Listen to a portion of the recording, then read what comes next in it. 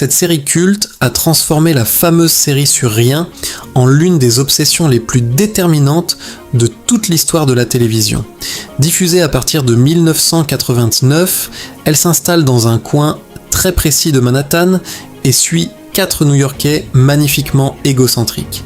Jerry, humoriste capable de faire dérailler toute une soirée à cause d'une simple réservation ratée. Hélène, farouchement indépendante et perpétuellement exaspérée. George, un manipulateur alimenté presque entièrement par son insécurité. Et Kramer, véritable collision humaine explosant littéralement à chaque passage de la porte de l'appartement de Jerry. Sur 9 saisons diffusées sur NBC, cette série a ignoré toute sentimentalité de sitcom, évité les morales bien nettes et transformé les irritations du quotidien en véritables événements hebdomadaires. Elle était devenue la plus grande chose à la télévision, tout en insistant sur le fait que ses personnages ne grandissaient jamais vraiment.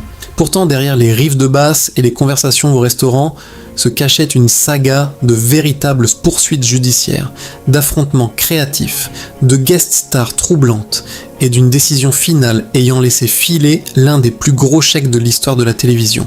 Voici 15 faits choquants sur cette série culte et restez jusqu'au numéro 15 pour découvrir comment son créateur principal a choisi de mettre fin à la série selon ses propres termes.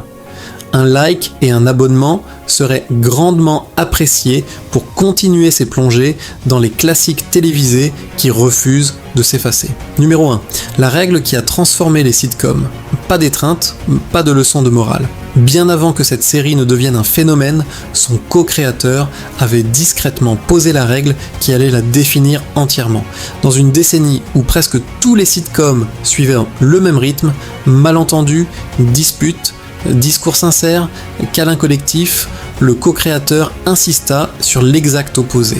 Dans la salle des scénaristes, pas d'étreinte signifiait qu'aucune réconciliation chaleureuse ne viendrait clore un épisode. Les personnages pouvaient se disputer, se trahir, s'exaspérer mutuellement, mais jamais ils ne se réuniraient dans la cuisine sous une musique douce pour parler sentiments.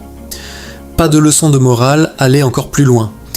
Les 4 personnages principaux n'évoluaient jamais réellement, restant coincés sur un tapis roulant, poursuivant les mêmes petites victoires, répétant les mêmes erreurs.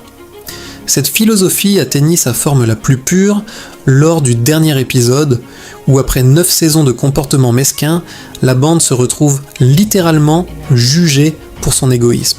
Même en cellule, ils continuent de débattre d'un simple bouton de chemise, sans aucune excuse larmoyante, sans révélation, juste 4 personnes exactement comme au premier jour, désormais simplement derrière les barreaux. Numéro 2. Le fameux épisode du concours venait d'un pari réel gagné par le co-créateur de la série.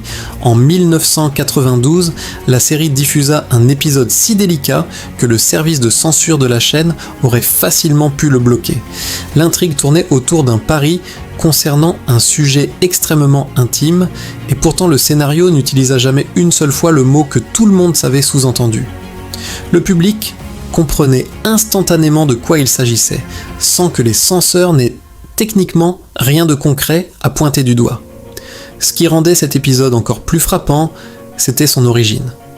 Des années avant la série, dans les années 80, le co-créateur avait réellement fait un pari très similaire avec un ami, le traitant presque comme un défi d'endurance personnelle, affirmant l'avoir remporté facilement, surpris par la rapidité avec laquelle tout s'était terminé.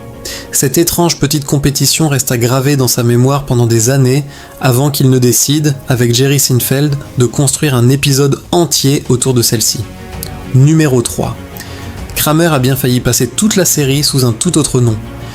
Lorsque cette série atteignit pour la première fois la télévision, l'acteur incarnant Kramer n'entra pas dans la fiction sous ce nom. Le personnage était inspiré du véritable voisin d'en face du co-créateur à New York, mais utiliser son vrai nom posait problème. Ce voisin réel se serait opposé à l'utilisation de son nom, à moins de pouvoir incarner lui-même le rôle, persuadé que c'était à lui de débouler par cette porte. La production choisit une autre voie, gardant l'acteur retenu, mais renommant temporairement le personnage pour éviter tout conflit juridique lors de l'épisode pilote. Ce n'est qu'après de nouvelles discussions que les créateurs persuadèrent finalement ce voisin réel d'autoriser l'usage de son nom, contre une somme rapportée d'environ $1000, une transaction remarquablement modeste pour un personnage qui allait devenir l'un des plus reconnaissables de toute l'histoire de la télévision. Numéro 4. La performance cachée derrière le patron de George.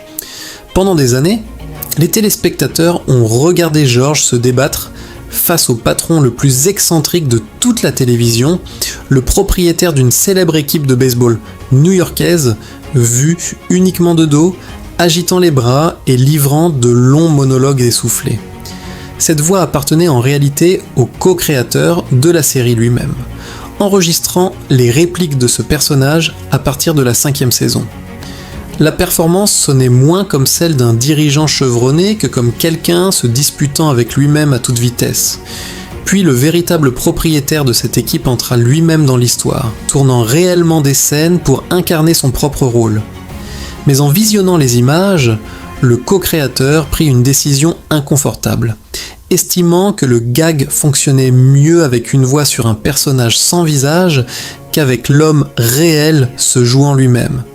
Les scènes furent coupées et il dut téléphoner personnellement au propriétaire pour lui expliquer que ses propres scènes avaient été retirées du montage final. Numéro 5. Le père d'Hélène était si intimidant qu'il a définitivement disparu. Lors d'un épisode de la 2e saison, la série présenta le père d'Hélène, un écrivain sévère au visage de pierre capable de faire perdre tous ses moyens à Jerry et George simplement en s'asseyant à table. Devant la caméra, l'acteur vétéran incarnant ce rôle fut absolument impeccable. Hors caméra, cette intensité se manifesta de manière plus inattendue. Le moment le plus tristement célèbre concernait un simple accessoire, un couteau de boucher issu de la cuisine de Jerry. Selon Jason Alexander, l'acteur aurait discrètement retiré ce couteau du bloc et l'aurait glissé sous sa veste comme s'il comptait le ramener chez lui avant de le ressortir en simulant des coups de couteau tout en imitant le fameux cri strident de la scène de douche du célèbre thriller de Hitchcock. Pour lui, c'était apparemment une blague noire. Pour le reste de la distribution, c'était tout autre chose. Ce personnage n'apparut plus jamais après ce seul épisode. Numéro 6. Le départ de la fiancée de George résultait d'un problème de alchimie que personne n'a réussi à résoudre. Lorsque ce personnage apparut pour la première fois en saison 4, il semblait constituer un faire-valoir intelligent et durable pour George, organisée, compétente. En coulisses pourtant, un problème grandissant s'installait. Jason Alexander a été franc sur le fait qu'il peinait à trouver un rythme comique avec l'actrice incarnant ce rôle, décrivant un jour son jeu face à elle comme le sentiment de frapper dans de la gelée. Le tournant survint après un dîner où l'actrice incarnant Hélène aurait demandé, à moitié en plaisantant, si tout le monde ne voulait pas simplement la tuer. Le co-créateur, déjà en pleine réflexion sur comment mettre fin à cet engagement sans offrir à George un moment de croissance sentimentale, trouva soudain sa réponse. Dans l'un des virages comiques les plus sombres jamais tentés par la série, cette fiancée meurt empoisonnée par la colle toxique des enveloppes bon marché que George avait insisté pour acheter. Numéro 7. Les grossesses de l'actrice incarnant Hélène sont devenues un casse-tête discret de production. L'histoire des sitcoms regorge de grossesses habilement dissimulées, et cette série ne fit pas exception. L'actrice fut enceinte à 2 reprises durant la diffusion de la série. Les astuces habituelles étaient de mise. Vestiaire misant sur des vestes surdimensionnées, accessoires grossissants mystérieusement, cadrage de caméra maintenu légèrement plus haut. Durant sa seconde grossesse, la situation devint pourtant plus délicate émotionnellement. Vers 1997, alors qu'elle était enceinte d'environ 5 mois, Jerry Seinfeld aurait proposé une idée. Plutôt que de la cacher, pourquoi Hélène ne prendrait-elle pas simplement du poids cette saison sans explication ? Pour l'actrice, déjà sensible concernant son corps changeant, cette suggestion tomba très mal, la faisant fondre en larmes. Numéro 8. Jason Alexander a bien failli quitter la série après un épisode l'excluant entièrement. Dès la 3e saison, la série cherchait encore à définir quel genre d'ensemble elle voulait former. Puis vint un épisode entièrement situé en Floride, sans la moindre présence du personnage de George, absent, jamais même mentionné. Pour Jason Alexander, qui considérait George comme le partenaire névrotique essentiel de Jerry, Ce fut un signal troublant. Après la lecture collective du scénario, il prit le co-créateur à part et lui délivra un ultimatum digne de George lui-même, affirmant que si jamais on l'excluait à nouveau d'un épisode, il fallait le faire définitivement. Il avoua plus tard que cette réaction venait d'une profonde insécurité. Le co-créateur, surpris par l'intensité de cette réaction, prit l'avertissement très au sérieux, et à partir de ce moment, les scénaristes firent consciemment de la place pour les 4 personnages principaux dans pratiquement chaque épisode. Numéro 9. Un véritable homonyme du personnage de George a poursuivi Jerry en justice pour 100 millions de dollars. En 1999, alors que le final était encore frais dans les mémoires, un homme portant le même nom de famille que George déposa une plainte contre Jerry Seinfeld, Larry David et NBC. Il affirmait que le personnage avait été basé sur lui, une ancienne connaissance universitaire de Jerry, tant physiquement que par sa personnalité. Petit, corpulent, chauve et chroniquement anxieux. Il alla même jusqu'à publier un livre exploitant davantage cette connexion qu'il prétendait pourtant dénoncer. Un tribunal new-yorkais rejeta l'affaire cette même année, l'appel n'ayant pas davantage de succès, la décision de justice soulignant qu'une série sur rien pouvait très bien réussir, mais qu'une poursuite judiciaire, elle, avait besoin d'un peu plus de substance. Numéro 10. L'histoire du vendeur de soupe s'est terminée par une interdiction bien réelle pour Jerry. En 1995, cette série transforma une stricte échoppe de soupe de Manhattan en l'un des restaurants les plus célèbres d'Amérique, inspiré d'un véritable commerçant réputé pour son efficacité et son intolérance envers toute hésitation. L'épisode exagéra cette rigueur jusqu'à en faire une véritable tyrannie comique, ponctuée d'une phrase entrée instantanément dans le langage courant. L'impact sur le commerce réel fut immédiat, les touristes affluant en masse. Pour le commerçant lui-même, l'expérience fut pourtant bien différente. Environ 1 an après la diffusion de l'épisode, Jerry Seinfeld et quelques membres de l'équipe auraient de visiter le restaurant. Le commerçant le reconnut instantanément, mais plutôt que de la gratitude, il se lança dans une tirade furieuse, accusant la série d'avoir ruiné sa vie et sa réputation. Il aurait fini par bannir Jerry de son établissement, jouant son propre rôle pour de vrai. Numéro 11. Cette fameuse fête alternative était un véritable rituel familial bien avant d'atterrir sur NBC. Cette fête inventée, avec son mât en aluminium nu et son exercice public de récrimination, semblait être une pure invention de la série. En réalité, elle était née 3 décennies plus tôt au sein d'une seule famille. En 1966, un scénariste et éditeur créa sa propre fête privée, en partie liée à son premier rendez-vous avec sa future épouse, en partie à son malaise face aux fêtes commercialisées.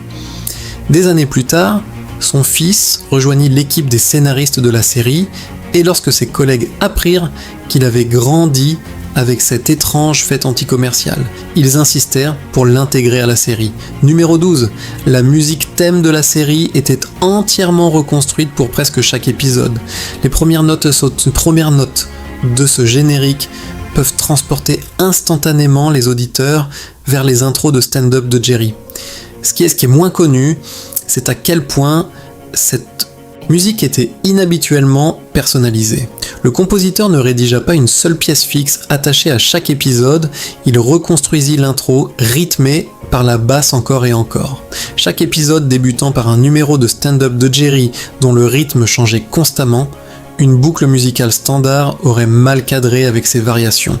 Alors le compositeur visionnait chaque monologue monté, puis composait littéralement la musique autour, calquant les à-coups de basse sur le timing exact de Jerry. Numéro 13. Les entrées spectaculaires de Kramer sont devenues un véritable problème logistique. Pendant une grande partie de la diffusion, le public en studio applaudissait tellement fort à chaque passage de porte de ce personnage que cela posait un problème sérieux de timing, le temps d'antenne étant limité, et les applaudissements prolongés, noyant des dialogues soigneusement écrits et répétés. Les producteurs durent finalement demander poliment au public de modérer ses réactions. L'acteur lui-même était méticuleux concernant ses entrées, chaque dérapage, chaque pause étant chorégraphiée dans le moindre détail, et des applaudissements tonitruants venaient perturber ce timing qu'il chérissait tant. Numéro 14. Une chemise absurde a rejoint les icônes américaines. Lors d'un épisode de la 5e saison, Jerry se retrouve piégé dans un malentendu social, acceptant de porter une chemise absurde de style pirate lors d'une apparition télévisée parce qu'il n'entendait pas correctement le designer discret la lui présentant. 3 versions identiques de cette chemise furent télécréées pour la production. Une décennie plus tard, l'une d'entre elles entra au célèbre Musée national d'histoire américaine à Washington, Jerry Seinfeld l'ayant personnellement donnée en 2004, où elle repose désormais aux côtés d'objets tels que le haut de forme de Lincoln. Une autre copie refit surface aux enchères en 2017 et se vendit 45 000 $. Numéro 15.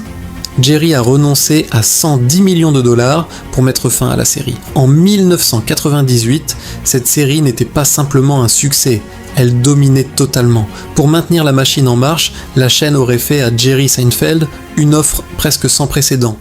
5 millions de dollars par épisode, pour une 10e saison de 22 épisodes, soit environ 110 millions de dollars pour une seule année supplémentaire.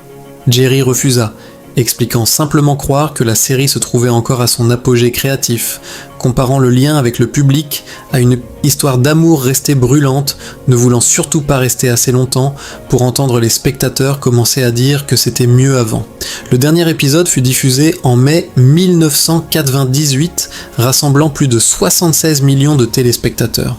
En refusant cette offre, Jerry Seinfeld prit peut-être la décision la moins conforme à l'esprit égoïste de ses propres personnages, s'assurant que la série se termine selon ses propres termes, encore au centre de toutes les conversations, plutôt que de s'éteindre lentement.